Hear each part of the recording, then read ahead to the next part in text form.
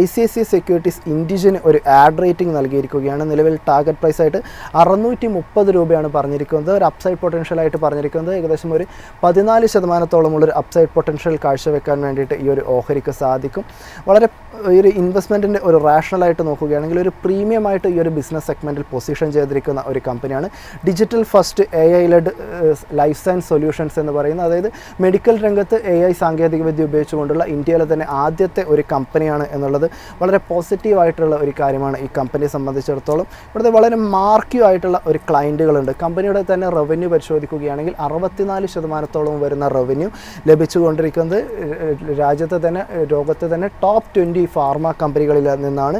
കൂടാതെ revenue visibility നോക്കുകയാണെങ്കിൽ പല സ്ട്രീമുകളിൽ നിന്നുമുള്ള ഒരു റവന്യൂ വിസിബിലിറ്റിയും കാണാൻ സാധിക്കുന്നു. ഗ്രോത്ത് പൊട്ടൻഷ്യൽ പരിശോധിക്കുകയാണെങ്കിലും 2025-28 കാലഘട്ടത്തിനിടയിൽ കമ്പനിയുടെ റവന്യൂ ഏകദേശം ഒരു 11% വർധനവും നെറ്റ് പ്രോഫിറ്റിൽ ഏകദേശം ഒരു 15% ഒരു വർധനവും ഉണ്ടാകുമെന്നാണ് നിലവിൽ ഇപ്പോൾ ICICI സെക്യൂരിറ്റീസ് പറയുന്നത്. കൂടാതെ കൊമേഴ്ഷ്യൽസ്, മെഡിക്കൽ, റെഗുലേറ്ററി അങ്ങനെ പല വെർട്ടിക്കലുകളിലേക്ക് നിലവിൽ ഇപ്പോൾ ബിസിനസ് ഇൻഡിജിൻ ഇപ്പോൾ വ്യാപിപ്പിക്കുന്ന ഒരു കാഴ്ചയുമുണ്ട്. ഇവയൊക്കെ തന്നെ കമ്പനിയുടെ റവന്യൂ സ്ട്രീംസിൽ വളരെ പോസിറ്റീവായിട്ടുള്ള ഒരു ഇമ്പാക്റ്റ് തന്നെ കൊണ്ടുവരുമെന്നുമാണ് നിലവിൽ ഇപ്പോൾ ICICI സെക്യൂരിറ്റീസ് പറഞ്ഞു വെക്കുന്നത്.